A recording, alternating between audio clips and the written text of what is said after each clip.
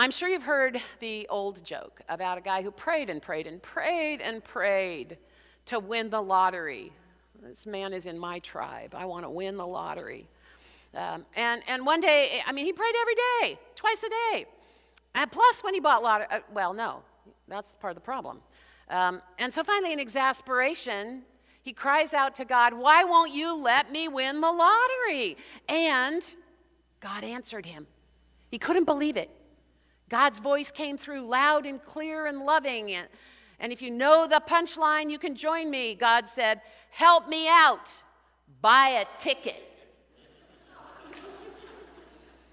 That's so old, I think I first heard it from Jesus. Or maybe just Phil Wood, who will join with us in worship next week. And will be probably listening to this later, and I'll hear about it. My cousin Mike, whom I love very much also, veteran of the U.S. Marine Corps, liked to say God helps those who help themselves. And one day we talked about a lot of stuff. Mike and I, we didn't see everything eye to eye, but he came late in his life to faith after growing up in a family that had nothing to do with the church. And so one day he says, "Well, you know what the Bible says?" I said, "Yeah, I kind of do." And he said, "God helps those who help themselves." I said, "No, sorry." He goes, yeah. God helps those who help themselves, like the Bible said. I said, "It doesn't say that anywhere in the Bible." And this is my favorite part of the story. He says, "Are you sure?" So I just waited for a minute, and then the nickel dropped, and he laughed, and I laughed. And I said, "But you're in good company, Mike. 80% of Americans, according to Barna, which is a Christian polling company, 80% of people in America think it is in the Bible. It's not. It's Ben Franklin. So what do we do? What do we make of the difficult task of discerning when we need to take action on our own behalf or on behalf of others, and when we leave something up to God? Because it's true, you can't just sit back and not do what only you can do, because then God can't do God's part if you don't do your part. And I won't even bother to tell you the joke about the guy on the roof during the flood and the 3 boats and stuff. And if you don't know it, ask me later, but if you do know it, you can chuckle about that right now too, if you like. The helpless commit themselves to you.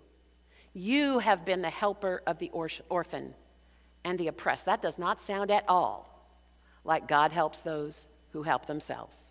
Because here's the biblical truth. The helpless commit themselves to you.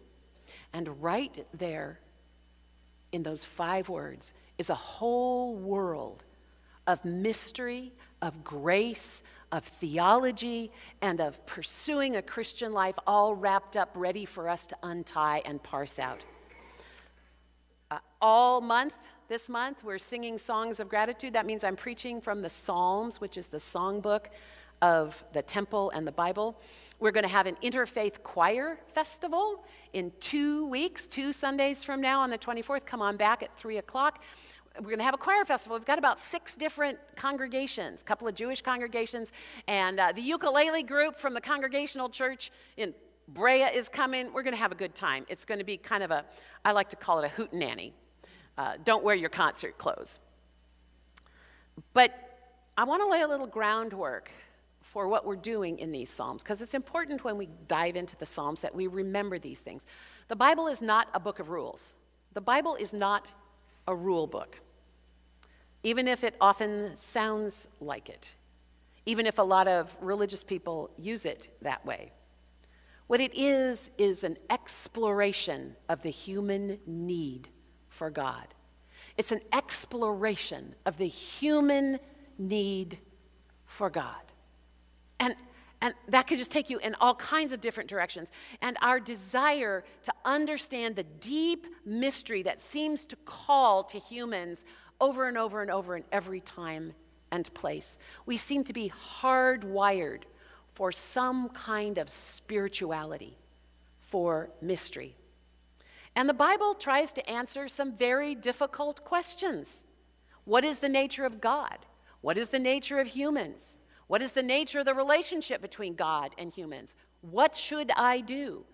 And therein, the Psalms are not rules, not instructions, not pithy sayings, not even very good guidelines, but some mystery, some mysticism, because human lives and human feelings are mysterious. They're mysterious. And so faith isn't very much about getting answers. It's very much about sharing our questions together, sharing our spiritual struggles together, having a place to go when our heart cries out, why? Why? Having a place to go where we can say, celebrate with me, have joy with me. So God helps those who help themselves is not false. It's not an untruth. It's just nothing like the whole truth. The fact is, some people can't help themselves. And it's not just a matter of trying harder for them. Sometimes people face challenges they don't know how to overcome on their own, or they just don't have the resources to do it. And so God commands God's people to take a special concern for the poor, the orphan, the widow, the needy, the oppressed, the abused, the addicted, the traumatized, and nowhere does the Bible say only the ones who deserve it. Nowhere does God say, feed my sheep, but only the ones who deserve it. Always we are admonished not to judge, which I have to say is very difficult for me because my knee-jerk reaction is almost always to be judgmental. I've learned how to hide that most of the time, to think before I speak. So, 1 out of 10 times I think before I speak. If you've met me, you can confirm this. But that's hard for my hard-hearted self. That's why I need Jesus to help me with the thing I can't do for myself. What the Bible is trying to remind me is before I act on my knee-jerk reaction, maybe I check in with God. Maybe I check in with Jesus. Maybe I check in with my heart. In today's psalm, we learned that the biblical truth is not a platitude that God helps those who help themselves. It's a story of God helping those who can't help themselves. I have a friend who likes to say, when you come to the end of yourself, that's where you find God. Showing compassion and mercy for people who are struggling is in the very character of God. Let me share with you what I've come to call the feed a man a fish fallacy, which is lovely in its alliteration. If you're an English teacher, that was one of my favorite things, feed a man a fish fallacy. Sometimes people tell me they believe that if you give a man a fish, he eats for a day. If you teach him to fish, he eats for a lifetime. Maybe. Maybe. Because there's more to it than that. You know there is. That statement, I think, is a call to action, not an excuse for inaction. Charity may begin at home, but it's not supposed to end there, right? I think this is a call to action that says, be charitable, for instance, bring food to the Pathways of Hope grocery drive-through that we did yesterday, but also find ways to help people grow beyond just survival. Find ways to make sure that the organization of our social structures makes it possible instead of impossible to teach someone to fish and give them a chance to make a living. People who think they are Christians and yet have no compassion for people in need and do little to care for them, believing that God helps those who help themselves, have missed the essential component of the gospel.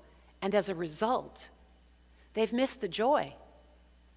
They've missed the delight.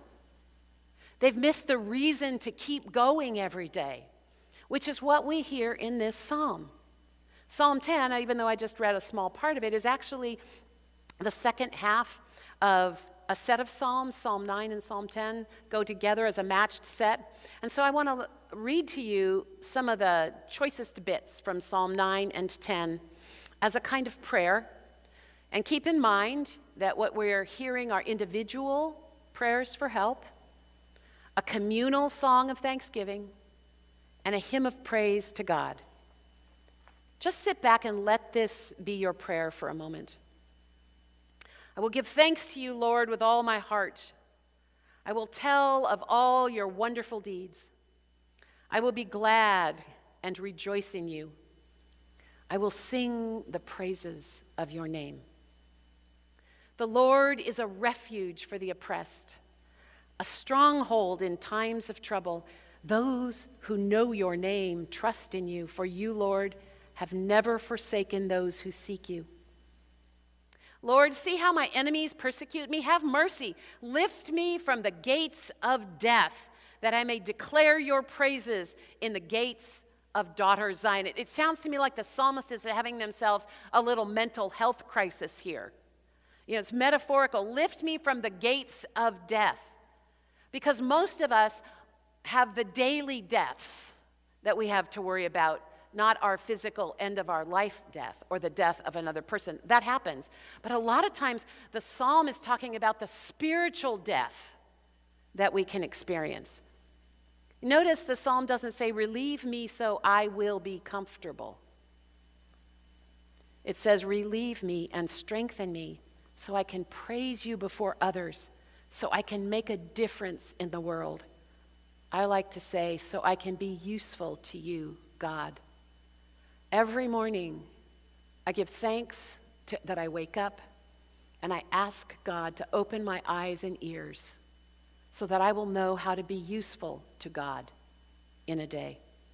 You, Lord, hear the desire of the afflicted. You encourage them, and you listen to their cry, defending the fatherless and the oppressed, so that mere earthly mortals can never again strike terror.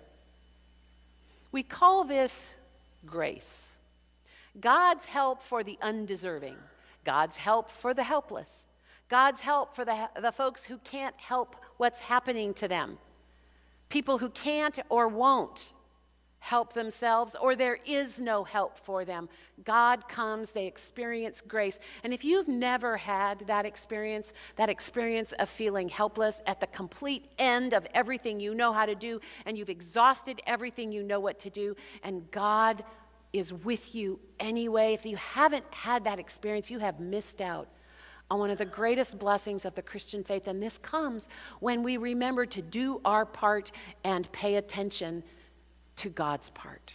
When we do help ourselves, when that's what is called for. And when we call on God when we can no longer help ourselves. And when we do that for others as well. God is the God of hopeless causes. God is a God of hopeless causes. God doesn't say, buck up. God doesn't say, you made your bed, now lie in it. God says, wherever you find yourself, for whatever reason, I'm going to lie down with you, and then we will get up together. It's grace everywhere, all the time, for everybody, really.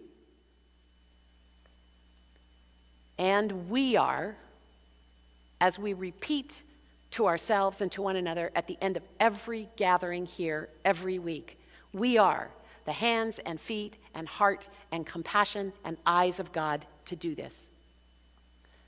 Sometimes we can't help ourselves, not because we are poor or destitute or without resources, because we have sinned, we have fallen too deeply into despair and mental illness. We have lost our way. We have lost the way. But we do not have a God who abandons us when we feel lost. We have a God that leaves the 99 people who aren't having a crisis and comes and gets us, and then celebrates our finding and wants everybody else to celebrate our finding. Even when we have made a mess of things and have no idea how to fix it, God extends mercy to us. And sometimes that looks like somebody trying to help you. And sometimes it looks like thinking outside the box. And sometimes it looks like acknowledging that there's nothing more you can do. And when we do that, we turn to one another when we need one another instead of hiding and waiting for God to do something that someone is just waiting to help you do. When we turn to the wisdom of the mothers and fathers in faith and we find strength and healing, we also find a heart of compassion. And when you live with a heart of compassion, almost nothing can destroy your faith or your hope. You can get discouraged, you can get unhappy, or you can be happy. It's all temporary, it's all temporary. This election you're happy, next election you'll be unhappy, next election you'll be happy, next election you'll be unhappy. When we live out of this mysterious grace, when we live as if we actually believe God loves everybody instead of just the people that please us today, I'm probably just talking to myself here really, but you're welcome to eavesdrop, then we learn that there is grace for us every day in every way. We're not stuck. We're not put down. We're not hopeless. We have the grace of God. And this is our prayer. The helpless commit themselves to you, God. You have been the helper of the orphan. Incline your ear to us. Strengthen our heart. And be among us this day. This is my prayer for you, for me, this day. Thanks be to God.